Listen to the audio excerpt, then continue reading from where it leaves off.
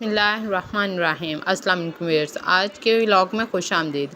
आज मैं आपके साथ शेयर करूंगी कि कैसे अपने महीने के हम लोग ना राशन की प्लानिंग करें, और इसके लिए 4 चीज़ें जो है ना वो बहुत अहम है। सबसे पहले जो मैं आपके साथ शेयर करूँ वो ये है कि हमें जब भी ख़रीदारी करनी है ना तो लिस्ट बना के उसकी ख़रीदारी करनी है। मतलब ये नहीं करना कि हम लोग बाज़ार गए हैं राशन लेने के लिए और बग़ैर सोचे समझे कुछ भी बाज़ार जब हम जाए ना तो अक्सर ऐसे होता है कि जिन चीज़ों की ज़रूरत नहीं भी होती ना और वो वहाँ पे देख के दिल कर रहा होता है और इंसान ले लेता है, लेकिन जो हमारे पास ज़रूरी चीज़ें लेनी होती हैं फिर उस पे आके हमारा बजट ख़त्म हो जाता है। तो हम लोगों ने ये करना है कि जब भी बाज़ार जाएँ, ख़ास तौर पे राशन लेने के लिए ना, तो घर से पहले नंबर पे तो देखना है ना कि कौन सा हमारे पास सामान जो पिछले महीने का बचा हुआ है उस हिसाब से पहले उसे चेक करना है। फिर आगे लिस्ट बनानी है कि लिस्ट बना के हमने देखना है कि कौन सी चीज़ें हमने लेनी है। तो दूसरे नंबर पे कोशिश करनी है कि जो भी हम लोगों ने चीज़ें लेनी है ना, मतलब घी, चीनी, चावल, आटा,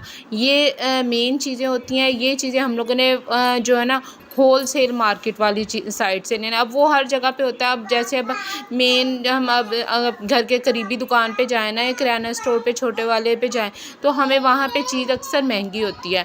और आप लेने से पहले ना हर दफ़ा तकरीबन 1-2 जगह से ना चीज़ का मुकम्मल रेट पता कर लिया करें कि कोई भी हमने चीज़ लेनी है। अब अक्सर आप घी लेने चले जाए ना तो घी में भी कि मैंने देखा है कि 50 रुपए तक का फ़र्क होता है 1 किलो के पीछे मुख्तलिफ़ दुकानों पे। एक दुकान पे 50 रुपए महंगा है अगर एक ही घी आप ले रहे हैं, दूसरी दुकान पे वही घी ना, जब हम लोग कश्मीर इस्तेमाल करते हैं, कश्मीर घी या सलवा, तो वो एक दुकान पे 50 रुपए किलो के हिसाब से फ़र्क है। तो अगर आपने 5 किलो महीने का या 4 किलो भी लेना है तो आप देखें कि वो कहाँ जाता है। इसी तरह चीनी भी 1 किलो के पीछे मैंने खुद ये देखा है कि 20 रुपए किलो के पीछे हम मतलब महंगा रेट है। तो ये आपने देखना है कि हर दफ़ा मतलब कोशिश करें 3-4 दफ़ा कि दुकान बदल के लें और होलसेल से लें। तो वहाँ पे ना फिर आपको महीने का जब राशन लेगा तो इकट्ठा लेंगे ना तो मेरे हिसाब से कम से कम 1000 तो बच ही जाता है ना। दालें लें, चने, ये चीज़ें जो है ना इनकी लिस्ट बना के तो ये चीज़ें लें।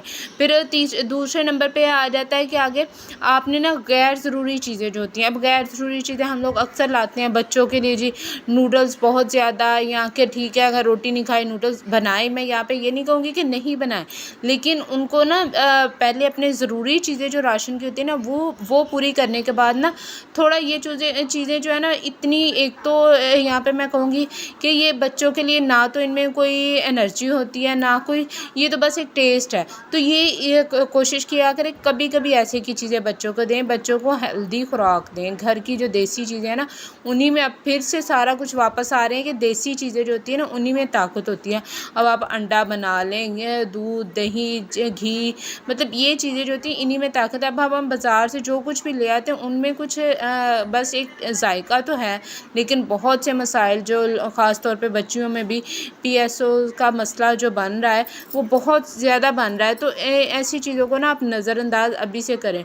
और ख़ास तौर पे अब कोल्ड ड्रिंक्स भी गर्मियाँ आ गई हैं तो कोल्ड ड्रिंक्स की बजाय बच्चों को ना ये जो तुखमलंगा, गूंद कतीरा, ऐसे की चीज़ें जो होती हैं, लस्सी, इन चीज़ों की तरफ लेके आएँ। बच्चों को जितना आप वो मीठा खाना पसंद कर रहे हैं या नमकीन कुछ चीज़ें, तो वो हेल्दी चीज़ें दें। इसमें लस्सी जो हमारी होती है पंजाब की रवायती, तो ये बेशक वो मीठी बना लें, नमकीन बना लें, कुछ भी हो, फिर शिकंजी बना के दें। कोल्ड ड्रिंक्स जो हमारी होती है ना उनको अवॉइड करें, उसकी जगह आप शिकंजी बना के दें। नींबू पानी बच्चों को एक तो पसंद भी बहुत है, एक तो इससे बच्चों की सेहत भी अच्छी रहेगी और दूसरा आपका बजट जो है ना, बजट भी आपका ना वो कंट्रोल में रहेगा, बजट भी आउट ऑफ कंट्रोल नहीं होगा। तो ये सारी जो चीज़ें होती हैं ना ये हमें रख के सोचना है। और फिर इस हिसाब से आप जब अपने खाने की लिस्ट बनाते हैं ना घर के, तो वो भी कोशिश किया करें कि घर के खाने की लिस्ट भी बना लें कि हमने मतलब वीकेंड पे हम लोगों ने चिकन बनाना है, चिकन कढ़ाई वगैरह कुछ बनाना है, और दरमियान में एक दफ़ा अगर हफ्ते के हो। अब हम लोग मतलब मिडिल क्लास घरों में तो हम लोग वीक में एक दफ़ा एक दिन ही चिकन बनता है और एक दिन जो होता है ना, इसमें बेशक आप अब यहाँ पे मैं बड़ा गोश्त ही कहूँगी, यहाँ पे मैं मटन तो भाई हम लोग अफोर्ड नहीं कर सकते। तो मतलब वो है, अगर अब हफ्ते में एक दफ़ा नहीं तो 15 दिन में एक दफ़ा बना लें। तो वो लिस्ट बना ली। फिर उसके बाद अब देखा कि एक दिन दाल बना ली, 2 दिन सब्ज़ी बना ली, या फिर अगर बच्चे कोई घर में ही फ्राइज़ वगैरह खाते हैं तो ऐसी जो बजट में रह के आप चीज़ें अफोर्ड कर सकें वो चीज़ें बनाएं। तो ये चीज़ें जो होती है ना, लिस्ट पहले खाने की बना लें। और फिर एक दिन ऐसा भी रखें जिस दिन आप ना मेरे हिसाब से तो होना चाहिए कि जिस दिन आप ना आज खाने की छुट्टी करें, अगर फ्रिज में आपके कुछ चीज़ें पड़ी होती हैं, जैसे बाज़-औक़ात 1-2 दिन का सालन कोई पड़ा होता है, वो निकाल के एक तो फ्रिज को अपना खाली करें, और दूसरा ये है कि जो पिछली चीज़ें उसके साथ बच्चों को हल्का-फुल्का कुछ बाहर से मंगवा दें। उस दिन एक तो बच्चे भी एंजॉय कर लेंगे, और उस दिन आपका जो है ना वही जो सब्ज़ी के लिए आपने पैसे उन चीज़ों के बच्चों को कुछ खिला दें, और फ्रिज में जो पड़ा है एक टाइम पे वो आप खा लें। इससे भी बहुत आपका बजट जो है ना, बजट भी सही रहेगा और बच्चे भी खुश रहेंगे।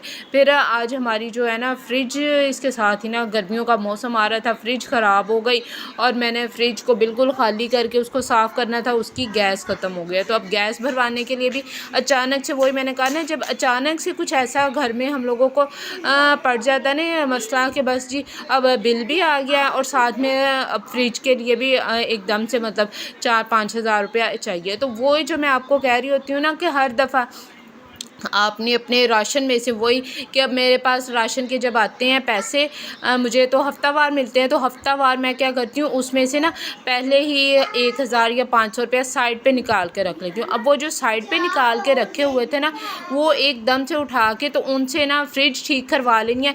तो वरना वो एकदम से सोच में पड़ गए। अब ज़ाहिर बात है, अब आप भी अगर हमारी तरह ही है ना, मिडिल क्लास घरों में, तो आपको पता होगा कि एकदम से अगर 8-10 हज़ार का खर्चा निकल आए ना महीने में, तो इंसान बहुत परेशान होता है। जैसे ही गर्मी का सीज़न आ रहा है, बिल भी बहुत ज़्यादा आ रहे हैं, और ऊपर से अगर आपने फ्रिज ठीक करवानी या पंप ठीक करवाने का कोई मसला आ जाए ना, तो उस पर भी एकदम से इतना खर्चा आ जाता है कि बंदा फिर सोचता रहता है।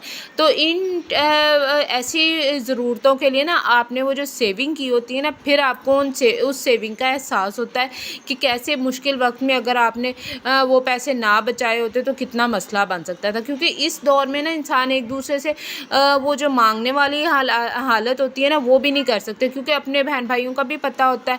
और गर्मी में जैसे हमारे खर्चे हैं, मैं तो यही कहती हूँ कि अगर हमारे बच्चे छोटे छोटे हैं, हम अपने खर्च को मैनेज अगर नहीं कर सकते, तो ये मैं कैसे तवक्का कर सकती हूँ कोई दूसरा भी मतलब इंस्टेंट हमारे लिए वो निकाल के रखेगा कि जी कोई इसको ज़रूरत पड़ी है।